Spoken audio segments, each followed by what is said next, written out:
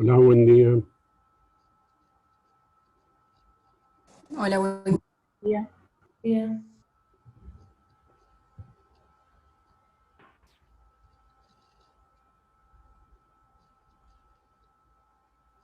Hola, buen día. Buen día. Buen día.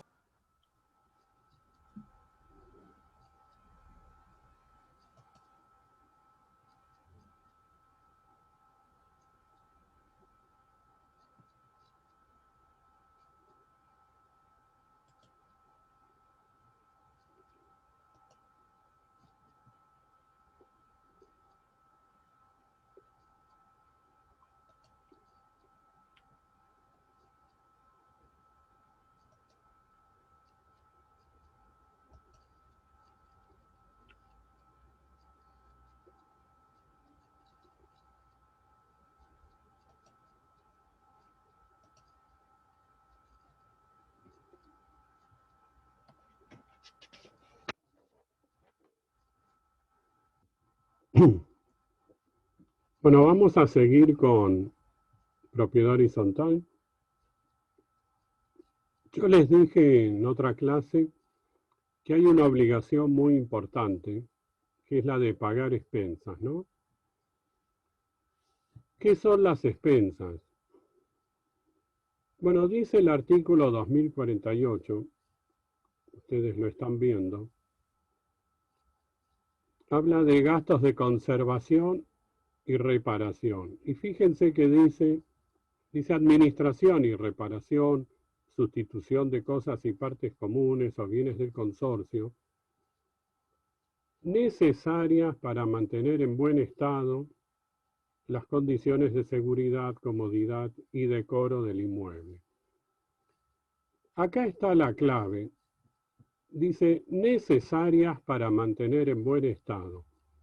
Quiere decir que las expensas son aquellos gastos indispensables, necesarios, son mejoras necesarias, que si no se hacen, el inmueble no se mantiene en buen estado. Como ustedes se imaginan, la limpieza, el sueldo del encargado, lo que hay que comprar, los arreglos de las partes comunes que se rompen, el mantenimiento. Bueno, todo eso que sea necesario para mantener en buen estado entra en el concepto de expensas. Vimos la clase pasada que cuando se quieren hacer innovaciones, mejoras, cuando benefician a uno, se necesita la unanimidad.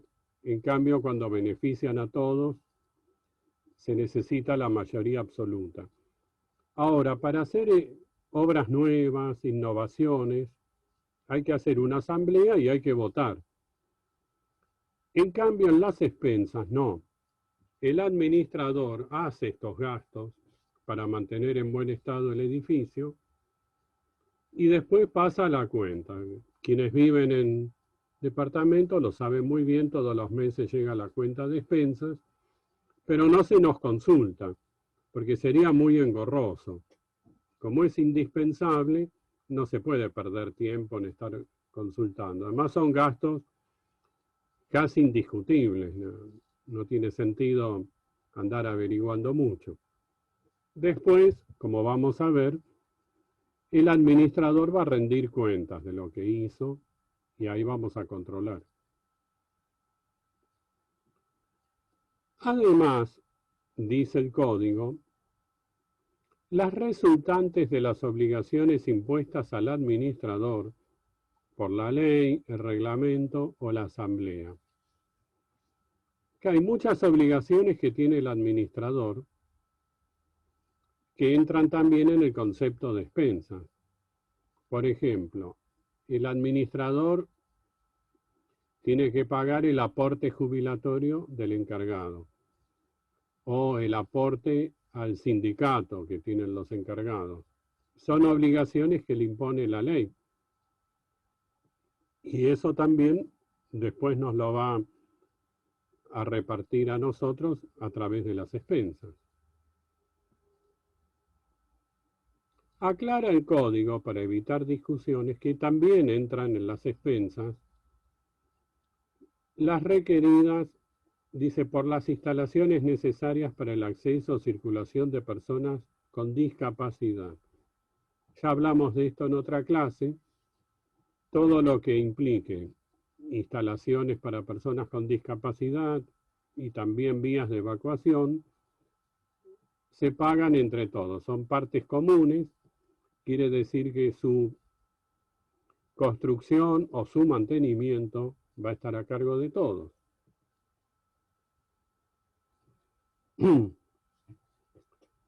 Desde hace muchos años se habla de expensas ordinarias y extraordinarias, pero era algo de lo que se hablaba, pero no estaba en ninguna norma.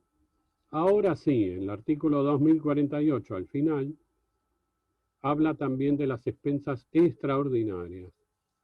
Quiere decir que todo lo que hace al mantenimiento del edificio, a estas obligaciones que tiene el administrador, son expensas ordinarias. ¿Cuáles serían extraordinarias?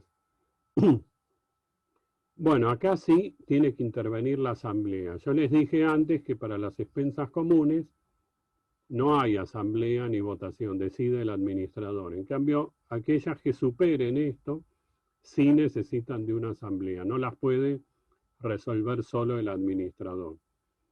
Generalmente apuntan a gastos muy imprevistos y muy graves, como que a lo mejor hay que cambiar toda la cañería del edificio porque está obsoleta y si no va a haber problemas muy serios. Bueno, eso sería algo extraordinario y se puede discutir en la asamblea.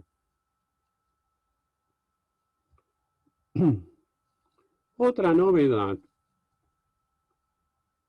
que también se venía aplicando pero no estaba en la ley es que el certificado que expide el administrador es título ejecutivo. Ustedes no saben qué es eso, lo van a estudiar en derecho procesal. Hay distintos tipos de juicios y hay juicios que son más rápidos, donde el deudor tiene menos chances de defenderse, menos defensa, para que no se pierda tiempo. Uno es el juicio ejecutivo, cuando hay un cheque, un pagaré, se ejecuta el deudor y no se discute mucho. Bueno, cuando hay deuda de expensas pasa lo mismo. El administrador emite un certificado, él va a redactar en un papel, Juan Pérez del octavo A, unidad tal, debe los meses tal, tanto dinero, y con ese certificado se inicia el juicio ejecutivo. Si hay consejo de propietarios, después vamos a ver qué es eso, puede haber o no, ese certificado tiene que estar aprobado también por el consejo. El crédito por expensas tiene privilegio. Ustedes saben que cuando hay muchos acreedores, hay algunos que pueden cobrar antes que otros, porque tienen un privilegio. Bueno, el crédito por expensas es privilegiado, prevalece sobre acreedores quirografarios.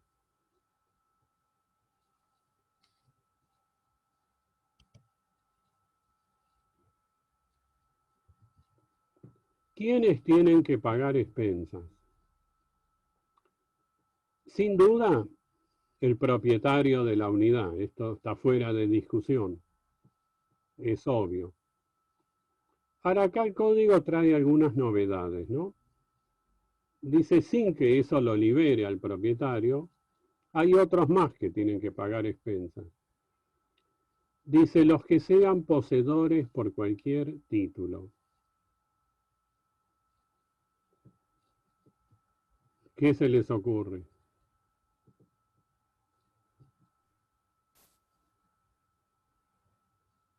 Nada. Inquilinos. No, el inquilino es tenedor. Los poseedores por justo título. ¿Cómo? No escuché. ¿Puede ser los poseedores por justo título? Sí. Un usufructuario. También. Bueno, a ver. Puede haber un poseedor con un derecho personal, que todavía no tiene un derecho real. Por ejemplo, compramos un departamento, nos dan la posesión, pero todavía no está el título suficiente. Tenemos un boleto de compraventa, un instrumento privado. Bueno, desde ahí, desde que nos dan la posesión, tenemos que pagar expensas, aunque no tengamos el derecho real. Y otro caso típico que ustedes dijeron puede ser el usufructuario, que también es poseedor y es titular de un derecho real. No es el propietario, pero tiene un derecho real y tiene la posesión de la unidad. Esto no estaba antes en la ley, es nuevo. Así que supongamos que hay un propietario y un usufructuario. Los dos están obligados a pagar las expensas. Y el consorcio podría reclamarle a uno o a los dos. Supongamos que hay un usufructuario y no paga las expensas. El consorcio lo puede demandar. Y vamos a ver cuando estudiemos usufructo que también hay una novedad. Se puede ejecutar el usufructo, es decir, se puede rematar. El consorcio podría rematar el usufructo si el usufructuario no paga y alguien adquirir ese derecho de usufructo en una subasta y continuar siendo usufructuario por el tiempo que le correspondía al anterior.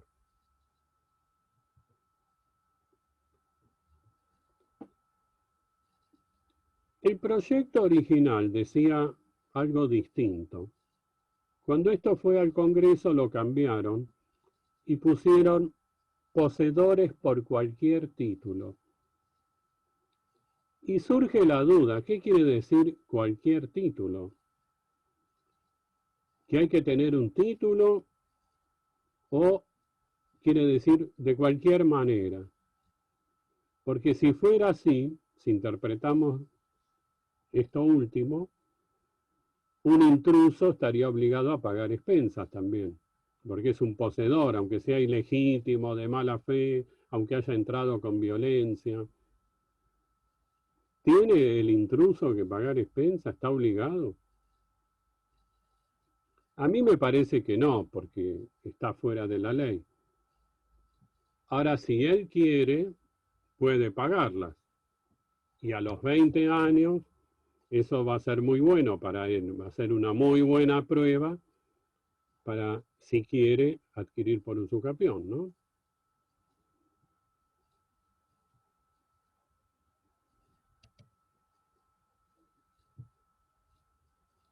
Una pregunta. Sí. En el caso del usufructuario y el propietario, si paga uno, el otro no se libera. Eso es lo que no me queda claro. Sí, no se puede pagar dos veces. Con que pague uno ya está. Ah, perfecto.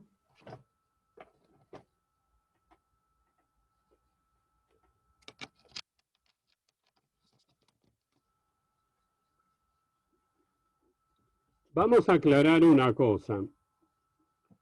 Puede haber un usufructuario que pacte con el dueño. El dueño le dice, vos te haces cargo de las expensas. Pero ese es un pacto entre ellos dos. No es oponible al consorcio. El consorcio le puede cobrar a cualquiera de los dos. Después entre ellos, si yo pagué lo que le tocaba al otro, le pediré que me lo devuelva. Una repetición.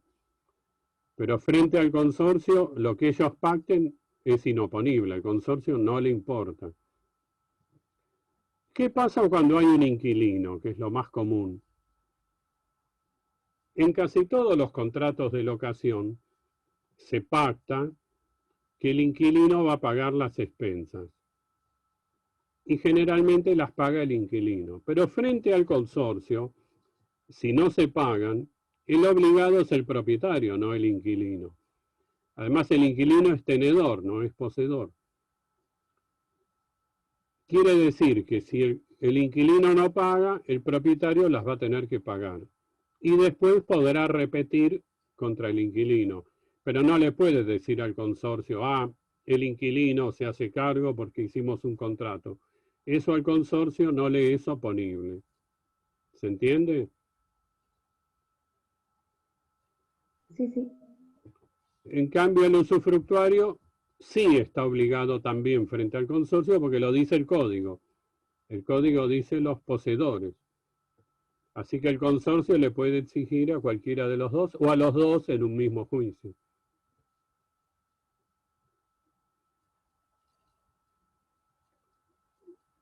Bueno, presten atención. Dice el artículo 2049, los propietarios no pueden liberarse del pago de ninguna expensa, aun con respecto a las devengadas antes de su adquisición, por renuncia al uso y goce de los bienes o servicios comunes, por enajenación voluntaria o forzosa, ni por abandono de su unidad funcional. Vamos a ver, yo tengo que pagar expensas, soy el propietario. Ahora yo subo por escalera, no uso el ascensor. Me baño con agua fría. No le puedo decir al consorcio, no pago expensas o pago menos porque yo no uso el agua caliente. O me fui 8 años a Europa y el departamento está cerrado, no lo usé, no usé nada.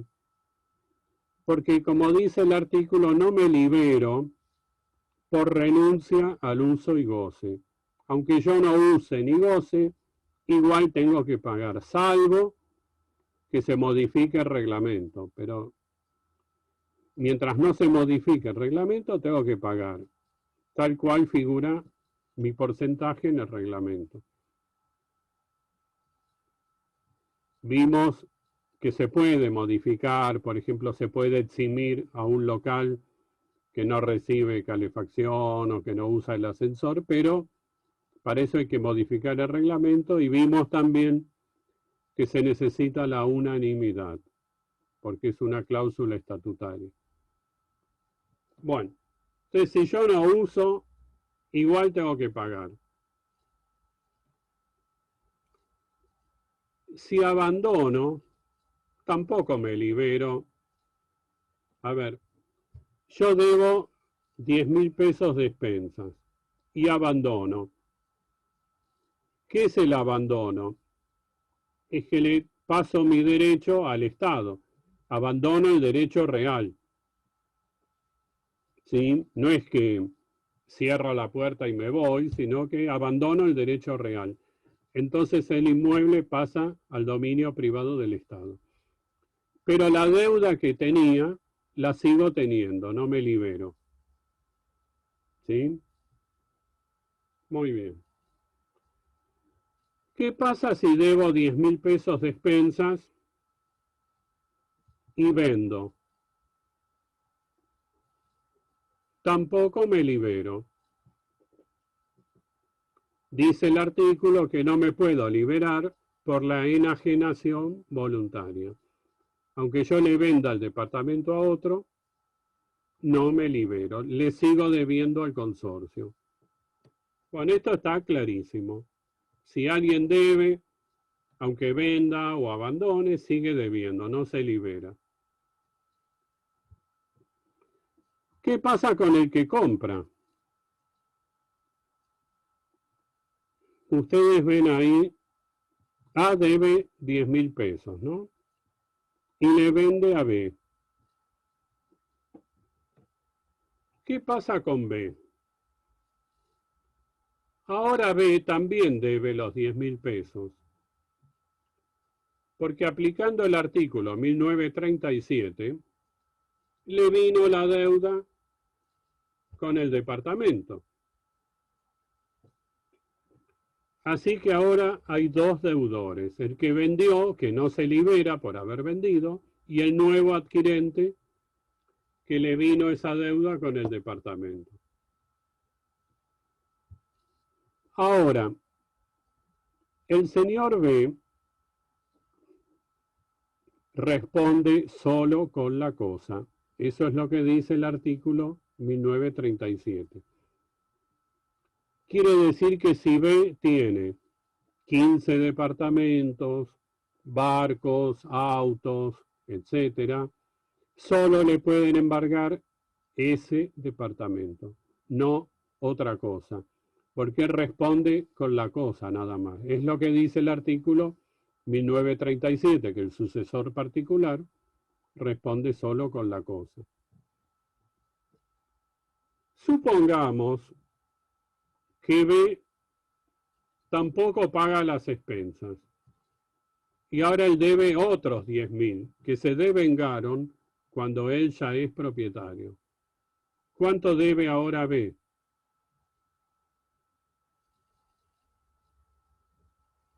$20.000. Pero hay una diferencia. Díganme. Que va, sigue debiendo 10.000. ¿Qué más?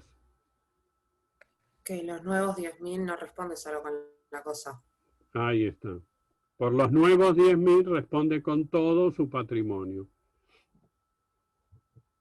Porque es una deuda que la generó él. No es que le vino, sino que se devengó cuando él era propietario.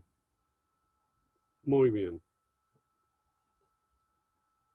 Supongamos que ahora B no paga nada y le transmite a C. ¿Cuánto debe C? 20.000. ¿Cómo responde? Solo con la cosa. ¿Cuánto debe A?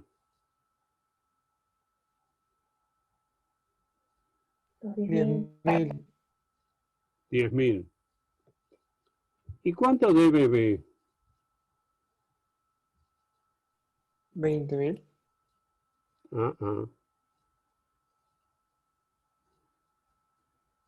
Los 10.000 de A se pasaron a C. Eso pienso yo. Que si le vinieron con la cosa, se van con la cosa. ¿No? Es la lógica. Porque la deuda no la generó él. B no se libera por la venta de lo que él generó. Sigue debiendo 10.000. Pero los 10.000 que eran de A y que le vinieron con el departamento, se van con el departamento. ¿Está claro? Profe, una pregunta, pero en ese caso, ¿quién pagaría efectivamente los 10.000? Porque si sigue vendiéndose el departamento, No, pero A... como que esa deuda siempre va a existir. Sí, pero el consorcio le puede cobrar a A y le puede cobrar a C los 10.000. Lo que me preocupa ahora es B. Claro. Ahora... Una pregunta. Sí. Perdón. Si A paga los 10.000, C ya se libera, ¿o no?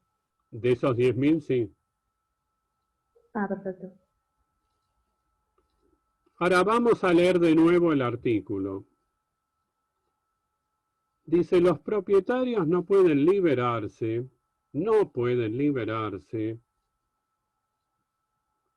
aún con respecto a las devengadas antes de su adquisición. Acá me está diciendo que B no se puede liberar de lo que se devengó antes de que él adquiriera, es decir, de los 10.000 que debía A.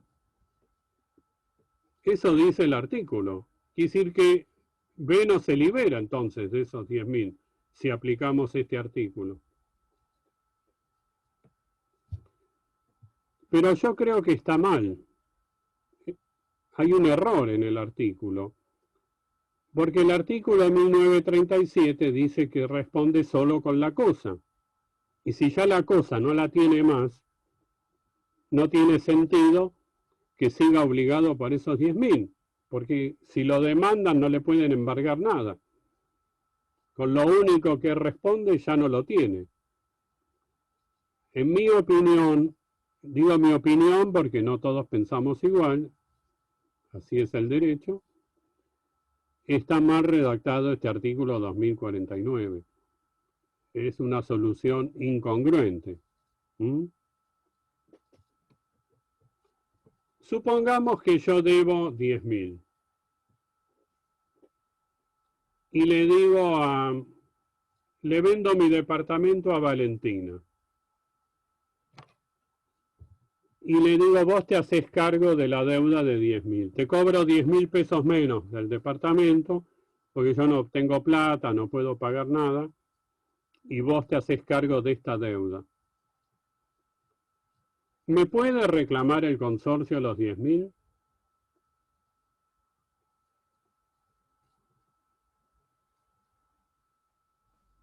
Sí. ¿Por qué?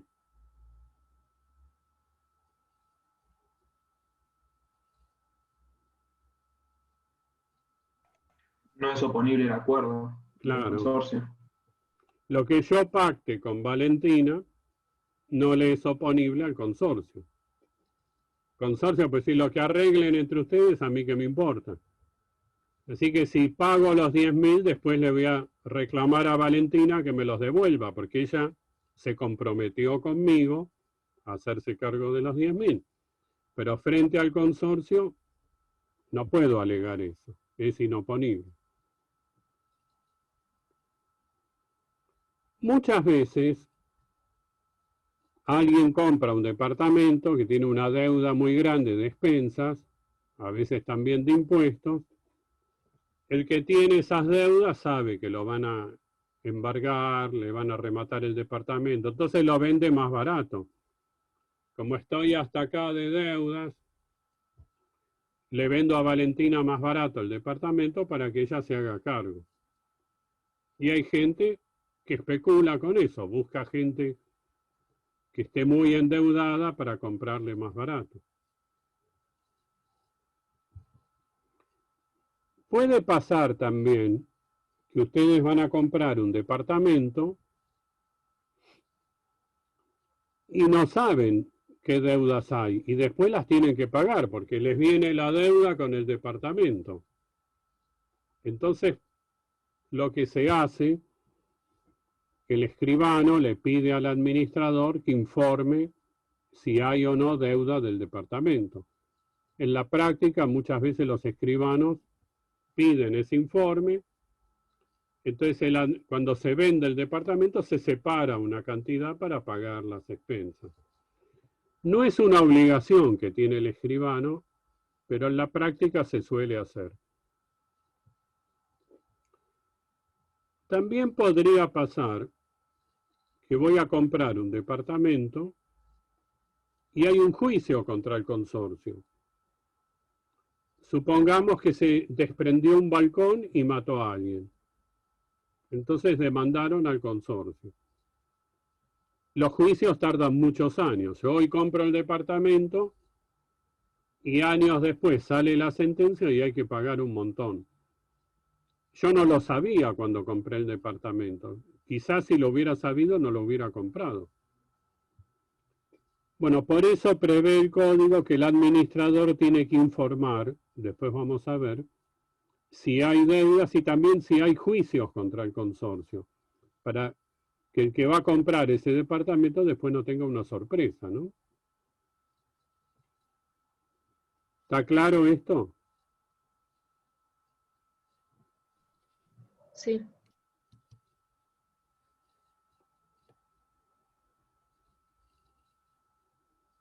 El segundo párrafo del artículo 2049 dice, tampoco pueden rehusar el pago de expensas o contribuciones y oponer defensas fundadas en derechos que ellos invoquen contra el consorcio. Supongamos que a mí se me rompe un caño. El consorcio me lo tiene que arreglar, pero todavía no me lo arregló. Bueno, yo no puedo no pagar expensas diciendo, como todavía no me arreglaste el caño, no te pago las expensas. Esa defensa no la puedo poner. Y está bien que sea así, porque si no sería un caos. Cada uno tendría algún reclamo y nadie querría pagar las expensas. Y el tercer párrafo dice algo que ya vimos, que el reglamento puede eximir parcialmente de las contribuciones por expensas a las unidades funcionales que no tienen acceso a determinados servicios. Por ejemplo, cuando el local que está en planta baja no usa el ascensor o no recibe la calefacción, se lo podría, ven que dice el reglamento puede, no dice debe, sino puede. Si los consorcistas lo quieren hacer, pueden modificar el reglamento y eximir de algunos gastos a alguna unidad funcional. Como ya les dije, esto requiere la unanimidad, porque se trata de cláusulas estatutarias, ¿no?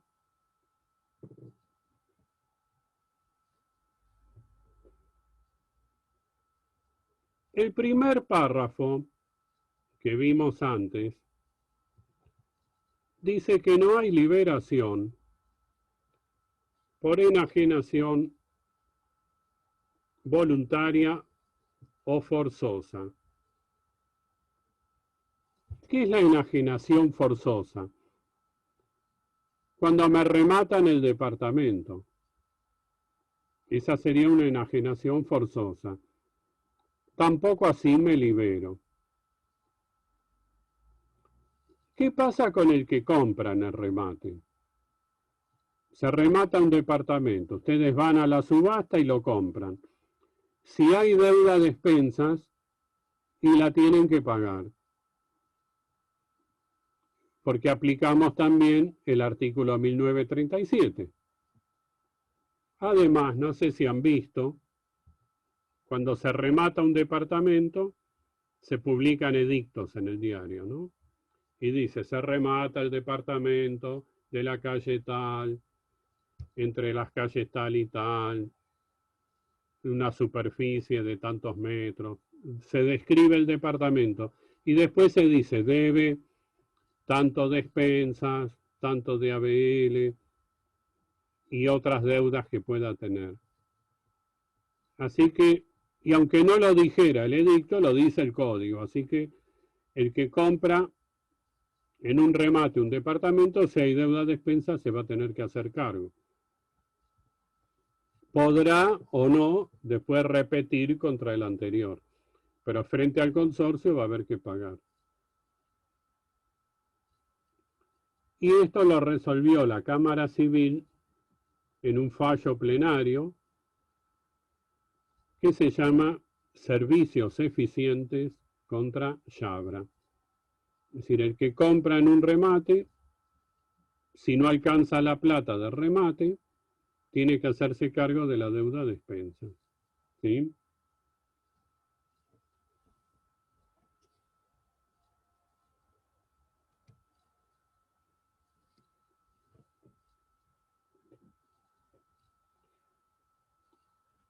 El consorcio es una persona jurídica, ¿no? Es una persona distinta de nosotros. Y las personas jurídicas tienen órganos. Las personas jurídicas son entes ideales, no pueden hablar, caminar, actúan a través de órganos. Los órganos son el administrador y la asamblea. Puede haber, es optativo también, un consejo de propietarios, pero los órganos que sí o sí tienen que existir son el administrador y la asamblea. ¿Qué es la asamblea? La asamblea, como dice el artículo, es la reunión de los propietarios.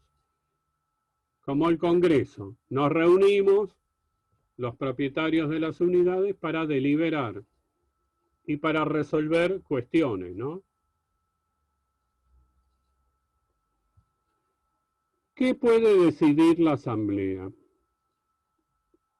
Dice las cuestiones que le son atribuidas especialmente por la ley. Por ejemplo, autorizar una obra nueva que beneficie a uno, o modificar el reglamento para que el local pague menos expensas. Después dice, las cuestiones atribuidas al administrador o al consejo, cuando le son sometidas por cualquiera de estos o por quien representa el 5% de las partes proporcionales. Hay temas que le competen al administrador. Después vamos a ver cuáles son. Podría el administrador someter uno de esos temas a la asamblea. También tiene que tratar la asamblea aquellos temas que pidan más del 5% de los propietarios. A lo mejor uno solo tiene el 5%, ya basta con que uno solo lo pida. Si no, que se junten más de un propietario para superar el 5%. Dice las cuestiones sobre la conformidad con el nombramiento y despido del personal. ¿Quién puede contratar y despedir al encargado? El administrador. ¿Pero qué pasaba? Muchas veces el administrador lo despedía al encargado y yo no estaba de acuerdo. A mí me caía muy bien el encargado, me simpatizaba y me entero que el administrador lo despidió. Peor aún, ¿qué pasaba? Había un encargado muy antiguo, el administrador lo despedía y después nosotros tenemos que pagar la indemnización, que puede ser muy alta. Ya van a estudiar en derecho laboral. Para evitar estos problemas que se suscitaban antes, ahora dice el código que para despedir al personal precisa la conformidad de la asamblea, no puede solo el administrador. Esto está muy bien. Y finalmente, dice las cuestiones no contempladas. Sí. En el inciso B, no termino de entender cuando dice, o por quien representa el 5% de las partes proporcionales indivisas con relación al conjunto. No me quedó clara esa parte. Supongamos que vos estás en un edificio, tenés una unidad, y tu unidad significa el 8% del total. Cada unidad tiene un porcentaje, saben, ¿no? Y se pagan expensas de acuerdo a ese porcentaje. Si vos tenés más del 5%, podés pedir que se reúna la asamblea para tratar el tema que vos estás pidiendo. Ahora, si tenés el 4%, te podés juntar con Lara para ver si entre las dos tienen más del 5% y pedir que se trate ese tema. Y la asamblea se va a tener que reunir y tratar ese tema. Perfecto, gracias. ¿Puedo hacer una pregunta también? Sí. ¿Todas estas cuestiones se resuelven con mayoría absoluta? Sí. Ahora vamos a ir viendo, ¿no? Algunas requieren 2/3 y algunas unanimidad. Depende. Ah, perfecto. Y el último inciso dice las cuestiones no contempladas como atribuciones del administrador o del consejo.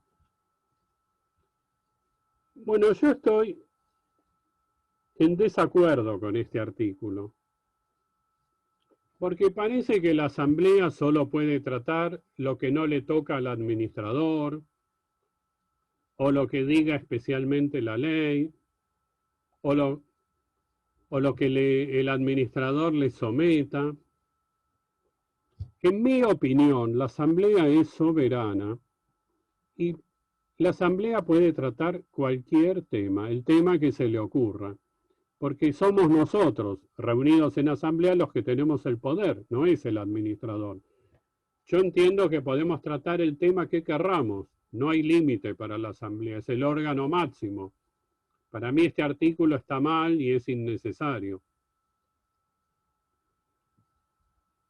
Si no parece que lo que le compete al administrador no lo podemos tratar. Y yo entiendo que sí.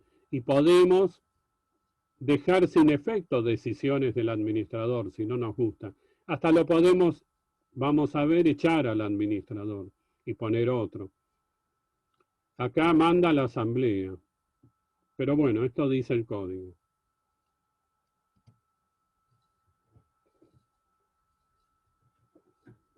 Para que una asamblea sea válida, es decir, para que funcione válidamente, hay que cumplir algunos requisitos.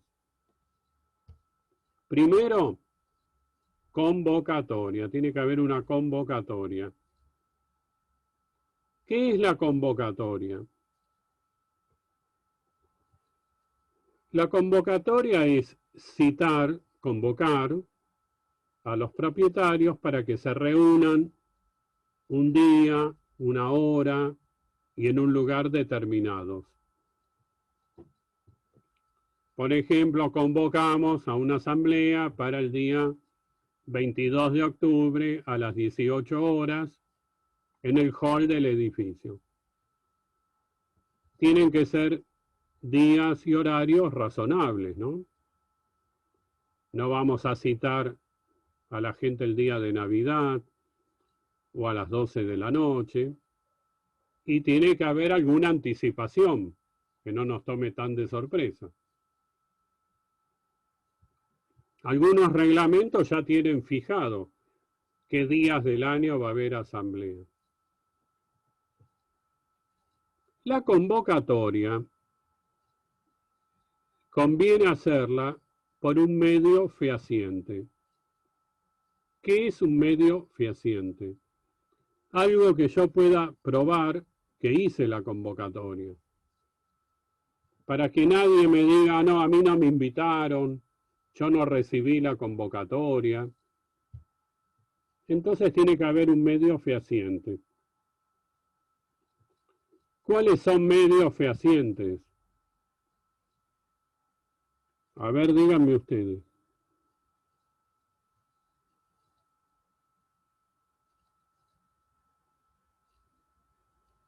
El correo electrónico, por ejemplo. Ah. O pegándolo en el ascensor o algo así. No, eso no es fehaciente. Una carta documento o una Eso sí. general. Medios fehacientes son carta documento, telegrama, hasta podría ser un acta notarial. Vamos con el escribano y le entregamos la convocatoria. De eso no hay duda. Pero todo eso es muy caro. ¿Qué se suele hacer? Lo que se suele hacer es ir departamento por departamento diciendo que hay reunión. Claro. Que hay asamblea. Pero ojo, yo voy a tu departamento y te digo, mirá, tal día, tal hora y asamblea. Eso se hace firmar un acta. Claro. Va el encargado y le deja a cada uno la convocatoria y le hace firmar en un libro. Entonces nadie puede decir que no la recibió. Ahora, ponerla en el ascensor no es prueba suficiente. Alguien puede decir que no usó el ascensor, que no la vio o que no vive ahí. Alguien dijo correo electrónico.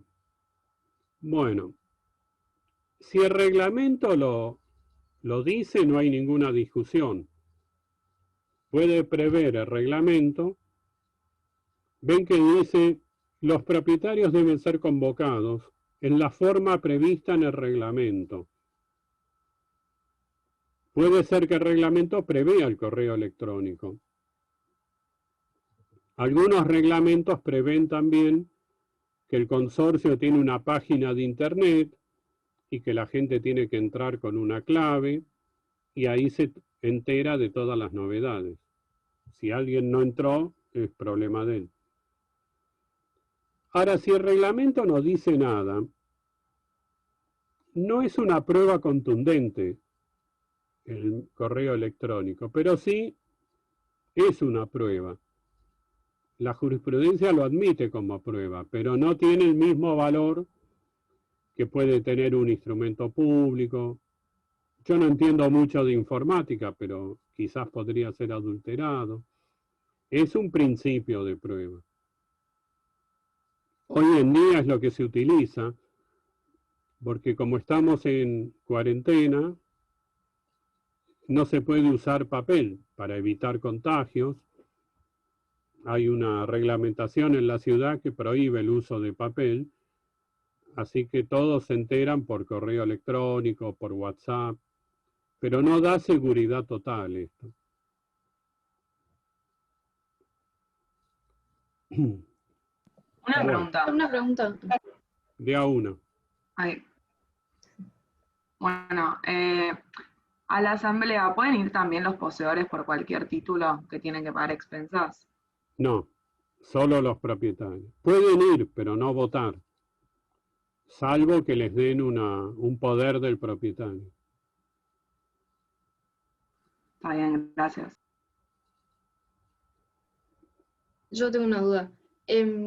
Quería saber si, porque hoy en día es muy común el tema de los grupos de WhatsApp, si llegan a tener un grupo de WhatsApp todos los propietarios y está el encargado, bueno, en ese caso, ¿se podría avisar a través de ese medio o no? Porque ahí queda registrado y se puede ver quién vio el mensaje y quién no, y si todos responden. O sea, ¿se contaría como válido? Es que si alguien dice, yo no me enteré, pero podemos probar que está en el grupo de WhatsApp, que lo leyó, y bueno, no le va a ir muy bien cuando impugne, porque van a probar que sí había recibido la convocatoria.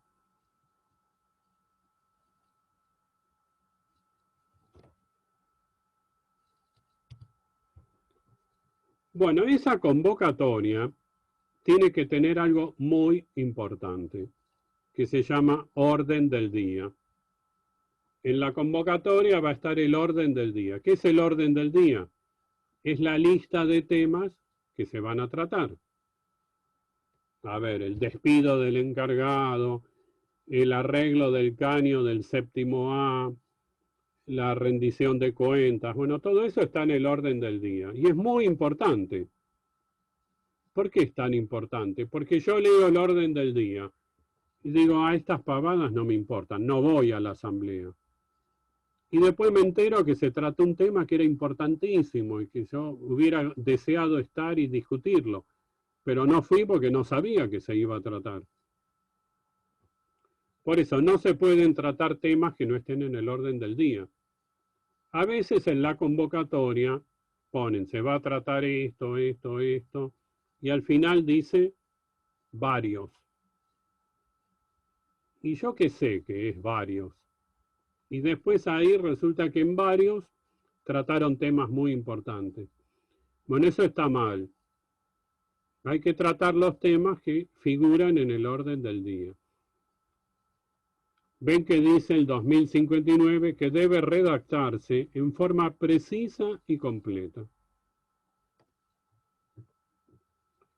Bueno, una vez que está la convocatoria con el orden del día, se hace la asamblea, ¿no? Estamos todos reunidos. Para que pueda funcionar, tiene que haber quórum. ¿Qué es el quórum? El quórum es la cantidad mínima de personas que tienen que estar presentes para que pueda haber reunión. ¿Cómo se calcula el quórum? ¿Cómo sabemos si hay quórum? El asunto es así. Los votos se cuentan sobre el total. La mayoría se calcula sobre todos, no sobre los que están presentes. Supongamos, ustedes son 75, más o menos, ¿no? ¿Cómo se calcula la mayoría? Sobre los 75. Si hoy en la reunión hay 45, la mayoría no se calcula sobre los que están hoy en el Zoom, sino sobre el total.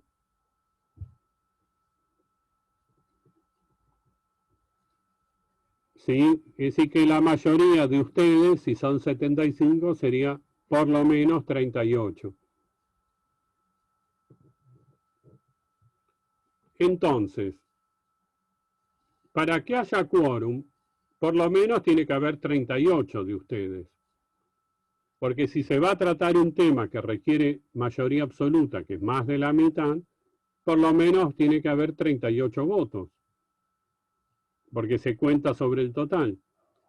Si hay menos de 38, ni siquiera hay quórum. Ahora, si se va a tratar un tema que requiere 2/3, por lo menos tienen que estar los 2/3. Porque si no, nunca se va a alcanzar esa mayoría, no habría quórum. Y sí que el quórum depende del tema que se va a tratar y de la mayoría que necesita ese tema. ¿Sí? Eso es el mínimo.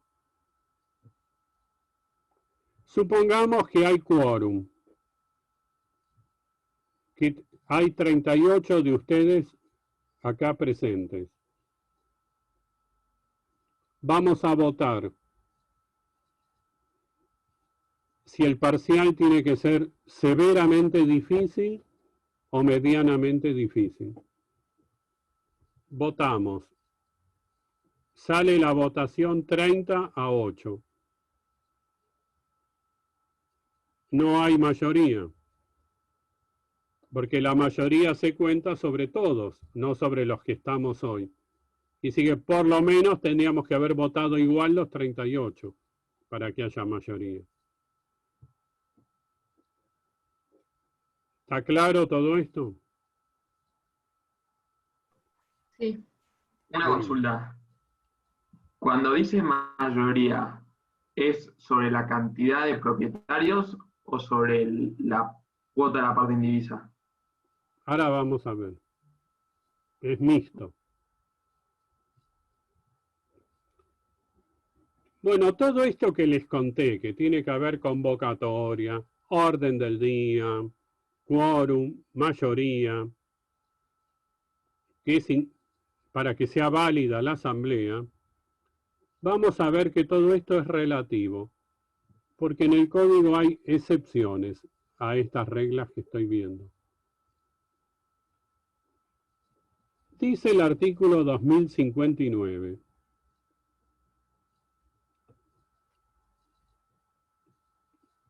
En la parte, en el primer párrafo, al final, es nulo el tratamiento de otros temas. Es decir, no se puede tratar temas que no están en el orden del día porque eso es nulo. Pero dice, excepto si están presentes todos los propietarios y acuerdan por unanimidad tratar el tema. Hoy estamos reunidos los 75 que somos. Y yo propongo tratar un tema que no estaba en el orden del día. Pero los 75 estamos de acuerdo, entonces lo podemos tratar. Acá hay una excepción a la regla general. Entonces, no se puede tratar un tema que no está en el orden del día, salvo que haya concurrencia perfecta, que estén presentes todos, no falte ninguno, y que todos acepten tratar ese tema. ¿Sí?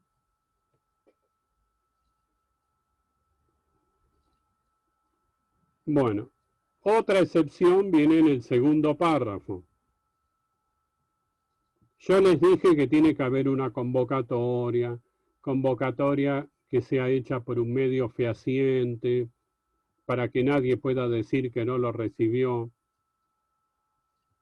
Pero ahora dice, la asamblea puede autoconvocarse para deliberar sin necesidad de citación previa. Sin citación previa. Las decisiones que se adopten son válidas si la autoconvocatoria y el temario a tratar se aprueban por 2/3 de la totalidad. A ver, en un edificio hay 100 unidades. En el hall de entrada nos encontramos de golpe 66 propietarios, 67, 2/3. Y yo les digo, ya que estamos acá los 67, ¿qué les parece si hacemos una asamblea? Y todos dicen, bueno, ya que estamos, hagamos una asamblea. Hacemos una asamblea donde no hubo citación previa. Es espontánea, en el momento. Nos autoconvocamos. Se me ocurre, por ahí también, bueno, estamos en un grupo de WhatsApp y nos mandamos WhatsApp, hagamos asamblea de golpe. Aunque ahí ya nos estamos convocando, pero esta autoconvocatoria parece más espontánea, ¿no? Fíjense una cosa, pide 2/3. Y antes, para tratar un tema que no estaba en el orden del día, pedía la unanimidad. ¿No es raro esto?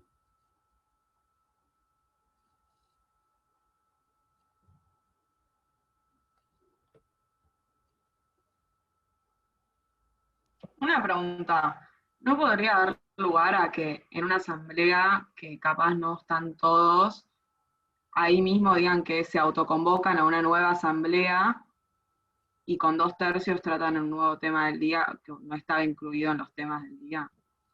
Sí, pero esa sería la Como que misma no sé. asamblea, no una nueva. Ya hubo Claro. convocatoria. Acá es cuando no hay convocatoria. Dice sin citación previa. Ahora yo digo una cosa. Yo estoy dando clase, ¿no? Ahora estoy concentrado con ustedes en la clase. 2/3 de mis vecinos se encuentran en el hall y deciden hacer una asamblea y votan temas. Yo no estoy ni enterado. Están decidiendo cosas a lo mejor importantes, o más o menos, y yo estoy acá dando clase y ni me entero. En cambio, para tratar un tema que no está en el orden del día, pide la unanimidad. Quiere decir que yo sé que hay una asamblea. Si yo estoy dando clase y ellos están en la asamblea, no pueden tratar un tema no previsto sin mí, porque se necesita la unanimidad. Y para esto pide 2/3, que esto es más grave que lo anterior, porque en el caso del primer párrafo yo sé que hay una asamblea, voy o no voy, pero estoy enterado. Pero si hay una autoconvocatoria, no estoy ni enterado. Quiere decir que si para lo primero pide unanimidad, con mayor razón, tenía que pedir unanimidad para esto segundo, que es más grave. ¿Se entiende?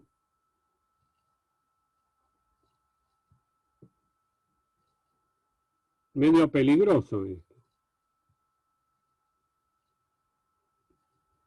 Se puede prestar a alguna trampa, porque en un edificio sabemos que hay alguien que es molesto, que siempre está en contra de todo, que es un amargado, o a lo mejor es una persona muy recta y queremos hacer algo ilegal, y buscamos la manera de dejarlo afuera de la asamblea, así.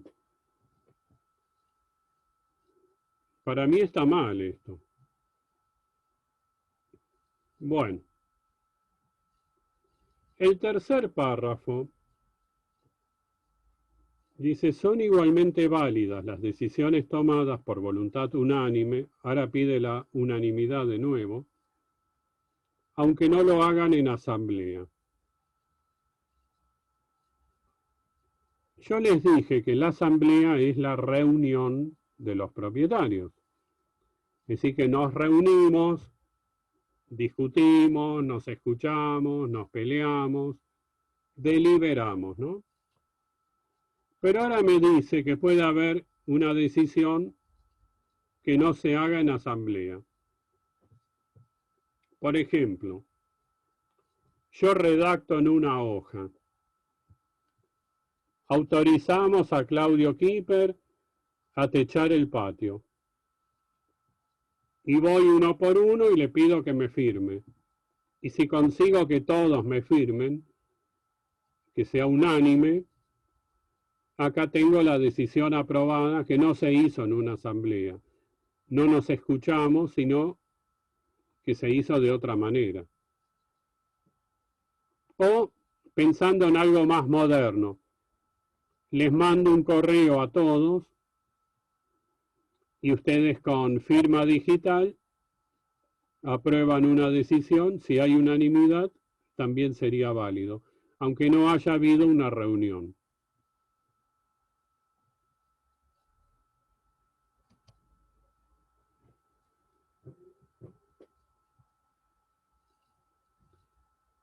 ¿Qué pasa con la mayoría?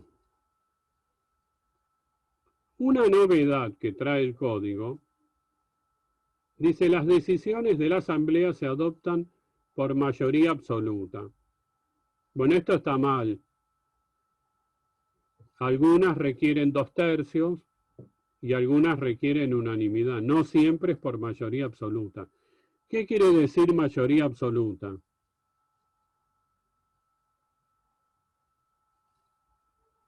¿Saben? La mitad más uno.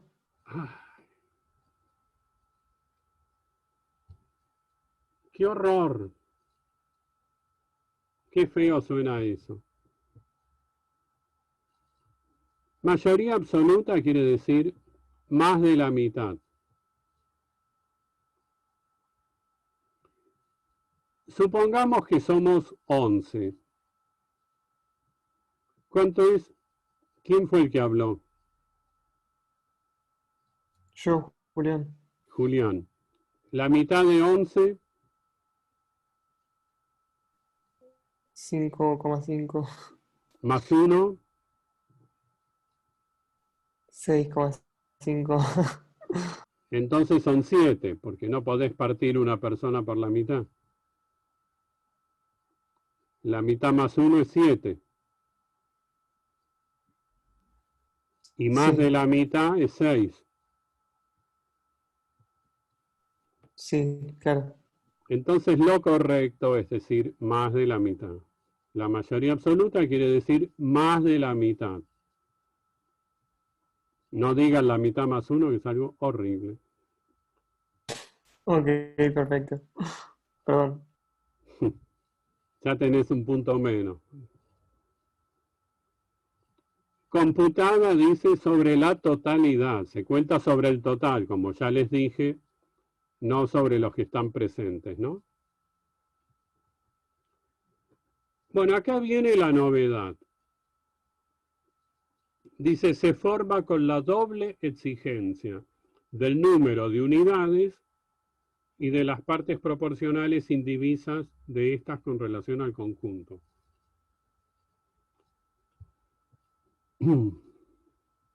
A ver, si en un edificio hay 100 unidades, tienen que votar a favor por lo menos 51 unidades que además superen el 50%. Si esas 51 unidades son muy pequeñas y no superan el 51%, van a hacer falta más unidades hasta que se pueda superar el 50%. ¿Sí? ¿Se entiende, no? El cómputo es doble. A mí me parece bien, porque es más equilibrado, más justo, porque a veces hay muchos departamentos chiquitos y algunos grandes. Se juntan los chiquitos para tomar decisiones y a los que son más grandes les sale caro eso, porque pagan más expensas. Entonces esta es una manera de equilibrar. Dice que el cómputo es doble para la mayoría absoluta. Pero yo entiendo que cuando se trata de 2/3, también hay que hacer el doble cómputo, aunque no lo diga el código. Bueno, ahora prestemos atención. Yo les dije que tiene que haber quórum y mayoría, porque si no la asamblea no es válida.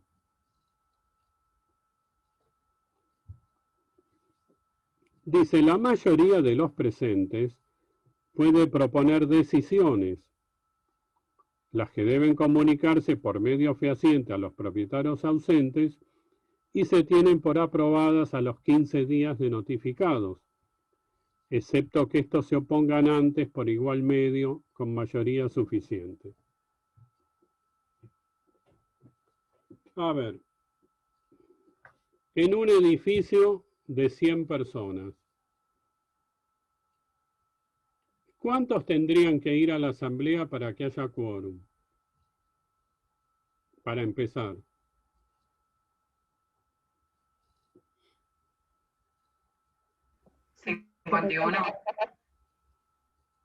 Claro, por lo menos 51 que superen el 50%. Eso debería ser lo correcto. Pero ¿qué pasó? Fuimos 5 nada más. De 100, solo 5. La mayoría está mirando la tele, está en otra cosa, no le importa. Bueno, los 5 que estamos, tomamos decisiones. Podríamos irnos a nuestra casa, es decir, como no vino nadie y no hay quórum, no tiene sentido. Pero el código nos da una chance.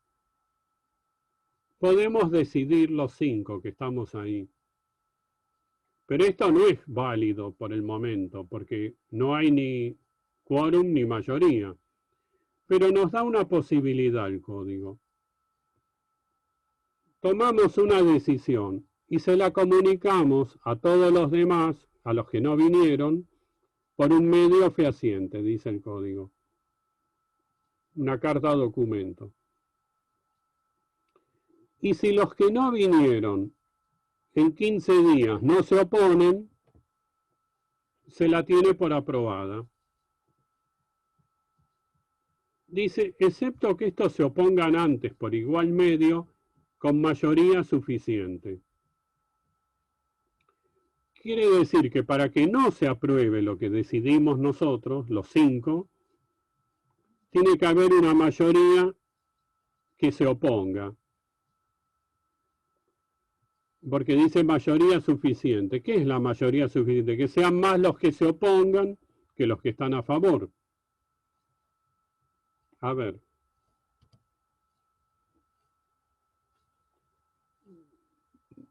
Ven el ejemplo ahí. Hay 60 unidades.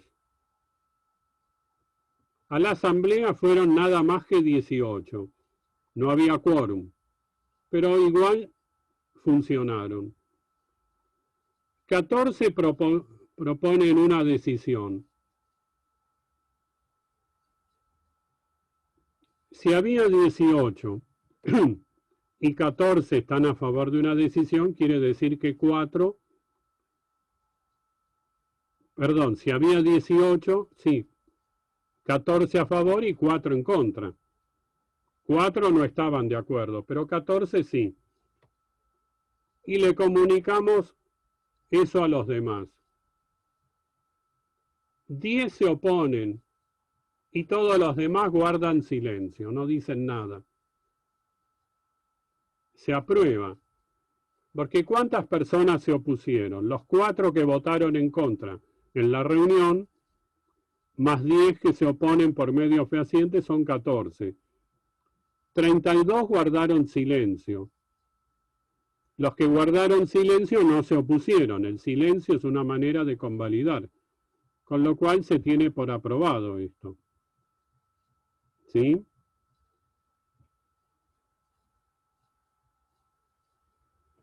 Esto está muy bien. Es novedoso. Porque ¿qué pasaba? En la mayoría de los inmuebles, la gente no iba a la asamblea. Y entonces o se paralizaba el inmueble, o había que seguir adelante de alguna forma. Y ahora el código da esta posibilidad.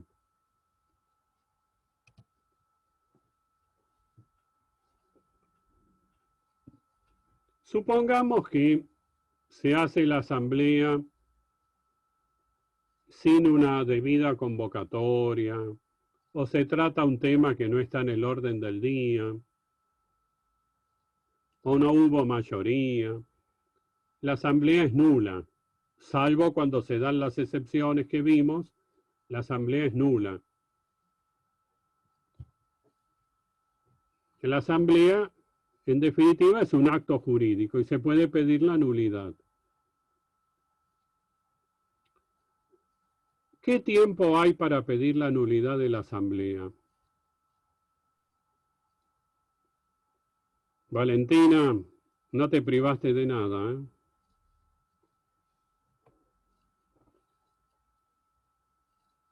Bueno, era un tema muy discutido. ¿Cuál era el plazo de prescripción?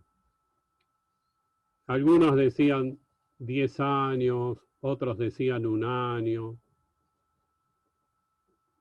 Bueno, se acabó la discusión. Dice el código, en el último párrafo del artículo 2060, que el derecho a promover la acción judicial de invalidez de la asamblea caduca a los 30 días, contados desde la fecha de la asamblea. Fíjense, no habla de prescripción, sino de caducidad, que es más severo todavía, porque los plazos de caducidad no se suspenden, no se interrumpen. Quiere decir que si se hizo la asamblea y yo estaba dando clase y no me invitaron y trataron un tema que no estaba en el orden del día, bueno, yo puedo pedir la nulidad, pero tengo 30 días nada más. ¿No es poco?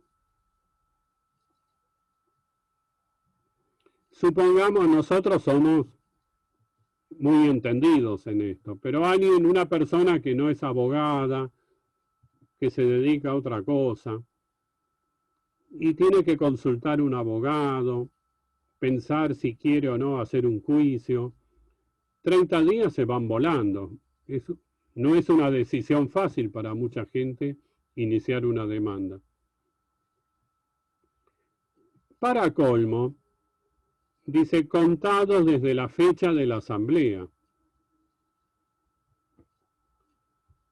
Si hubo autoconvocatoria, yo estoy dando clase y mis vecinos se juntaron y hacen una asamblea. Yo no estoy enterado.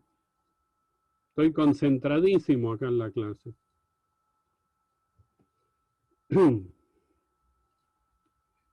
Ya me está corriendo el plazo de 30 días.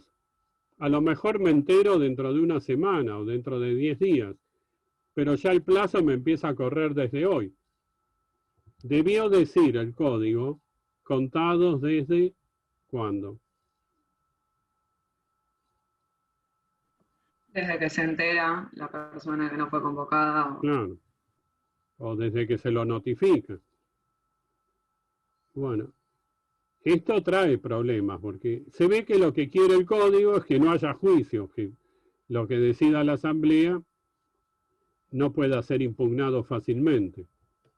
Pero de alguna manera esto cercena el derecho de defensa, el derecho al debido proceso, porque pone un plazo muy breve y una manera de computarlo perjudicial también. Perdón, ¿puedo hacer una pregunta? Sí. Yo lo que no entiendo es, o sea, entonces si se lleva a cabo una asamblea sin que se cumplan algunos de estos requisitos, como después hay 30 días para que alguien demande y sea nula, lo que decía la asamblea no se puede como poner en práctica por 30 días, porque capaz deciden algo que se puede hacer al día siguiente y si lo hacen al día siguiente no sirve de nada que yo vaya 30 días después a reclamar, ¿o no? Se puede reclamar y el juez podría disponer que vuelva todo para atrás. Yo esperaría los 30 días por las dudas, pero si lo hacen, corren ese riesgo. No es que si lo hacen ya no se puede impugnar. Se puede impugnar y el juez podría decir, vuelva todo para atrás, se deshace lo que se hizo. Esa es una facultad que tiene el juez. También ustedes van a estudiar que antes de iniciar un juicio hay que ir a mediación. ¿Lo saben eso? Es un requisito la mediación previa. Entonces, habrá que ir a una mediación y la mediación, que va a durar un tiempo, deja en suspenso este plazo de caducidad. Los 30 días se van a seguir contando cuando termina la mediación. Hay un plazo para demandar. Una pregunta. No entiendo por qué dio el ejemplo que se puede demandar en el caso de que la asamblea se autoconvoque. O sea, en el supuesto que verdaderamente sea de buena fe y que se encontraron los 60 o los 51 propietarios en el hall de entrada. No, 2 En ese tercios. caso, nunca va a ganar el juicio. Bueno, perdón, 2 tercios. En ese caso, nunca va a ganar el juicio, sí. No, Porque está en el código previsto. claro, salvo que tomen una decisión que sea contraria a la ley o a la seguridad, a la estética del edificio. Ahí siempre puedo demandar. Supongamos que se juntan 2 tercios y deciden poner incineradores de basura en cada departamento. Y eso está prohibido. Ahí puedo demandar también. Ahora, no puedo objetar que hayan hecho la asamblea, porque el código permite hacerla con 2 tercios. Pero sí podría objetar lo que decidieron. Quizás. Pero para eso también solo va a tener 30 días. O sea, está bien. Pero, Bueno, o sea, si se entera alguien, No, tipo, ahora- si se entera un vecino del edificio de lo que están haciendo, también lo puede mandar. ¿Por qué usted podría solo por 30 días? No sé Lo si- dice el código. Dice, el derecho a promover acción judicial de invalidez de la asamblea caduca a los 30 días. Está bien. Igual ahora me hiciste pensar, está buena la pregunta, porque supongamos que ponen incineradores de basura que están prohibidos. Y eso puede poner en peligro la seguridad, puede explotar el edificio. Esa sería una nulidad absoluta. Y las nulidades absolutas, los actos nulos de nulidad absoluta son imprescriptibles. No se podría convalidar. Así que habría que aplicar esto a las nulidades relativas, no aquellas que sean absolutas. Estamos haciendo hipótesis, es raro que pasen estas cosas, pero si hubiera algo muy grave, creo que no habría caducidad posible. Dicen, vamos a quitar la columna que sostiene el edificio.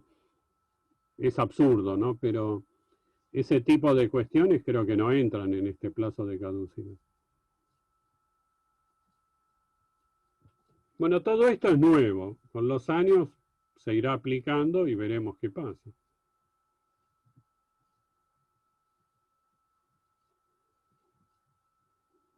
Bueno. ¿Hay más preguntas?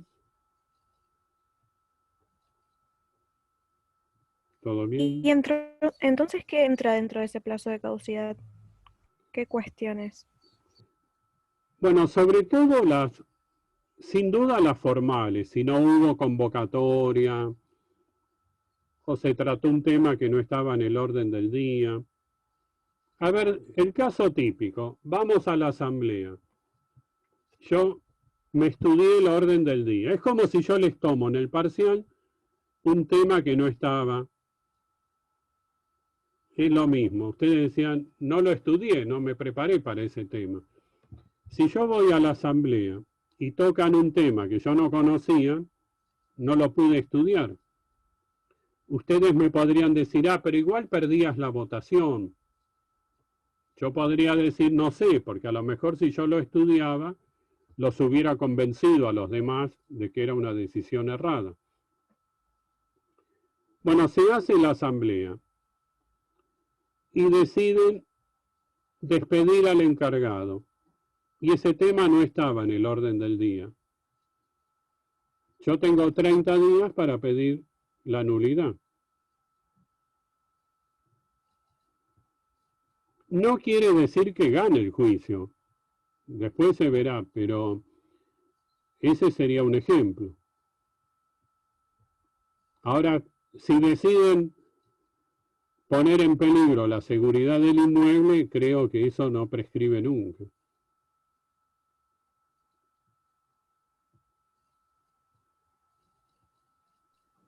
Una pregunta, profe. Si uno de los propietarios quiere ir a la asamblea pero no puede por algún motivo, ¿puede mandar algún representante en su nombre o tiene que estar sí o sí? Puede dar una carta poder. Y vimos en la clase anterior que en el reglamento se puede poner límites, es decir, que vos no tengas más de 10 representaciones, se puede prever eso en el reglamento.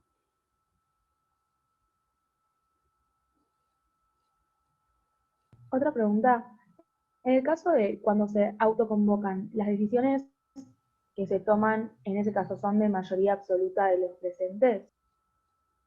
Depende del tema, porque está bien la pregunta. La autoconvocatoria necesita 2/3, ¿no? Pero después cuando votan, la mayoría depende del tema que se va a tratar. Si se necesitan 2/3, tendrán que votar 2/3 del total. Y si necesitan unanimidad, aunque haya 2/3, no les va a alcanzar. Depende del tema en discusión. Hay 3 mayorías posibles. Mayoría absoluta para casi todos los temas. 2/3 es para reformar el reglamento. Y en algunos casos unanimidad, cuando se quiere cambiar una cláusula estatutaria o una obra nueva que beneficia a uno solo, o si quieren hipotecar el edificio. Hay temas que requieren unanimidad. Si hay 2/3, no hay mayor. Perdón. Bueno, si hay 2/3, lo que pueden hacer es notificar a los demás, a los ausentes, y si los ausentes no se oponen en 15 días, ahí se la tiene por aprobada. Perfecto. Si algún ¿Y este artículo del 2060? Sí, si en este artículo 2060, entonces está incompleto cuando dice que se toman por mayoría absoluta. Sí, está mal porque puede haber decisiones que se tomen por otras mayorías. Perfecto. Por ejemplo, para cambiar el reglamento, dice el código que son 2/3. Y para las obras nuevas que benefician a todos, habla de la unanimidad.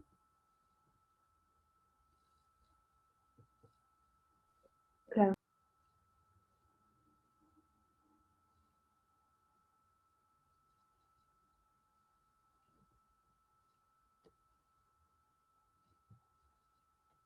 Bueno, ¿hay más preguntas?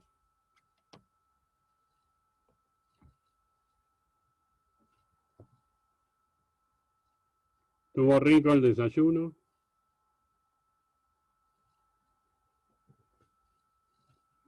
Nos vemos el miércoles. Hasta luego. Chao, gracias. Chao, gracias. Chao, chao.